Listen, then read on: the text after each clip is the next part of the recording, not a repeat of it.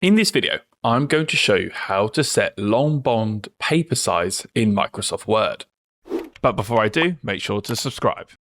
By default, Microsoft Word sets the paper size to A4, and we want to change this. So click Layout, then click Size. Unfortunately, Microsoft Word doesn't have a native long bond preset, or for some people this is called F4 or Folio paper. Don't worry, we can click More Paper Sizes below.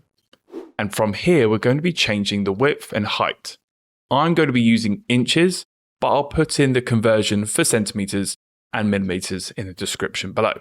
So the width for long form is 8.5 inches and the height is 13.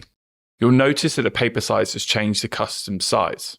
Then, if you want to set this as a default to apply to this whole document, then you select Set as Default, then click OK. Once you're ready, click OK. To confirm this has taken place, click Size again, and you'll notice A4 is no longer selected, and we can click More Paper Sizes below, and here it's 8.5 and 13 inches. If this video helped you, click like, subscribe, and hit the notification bell.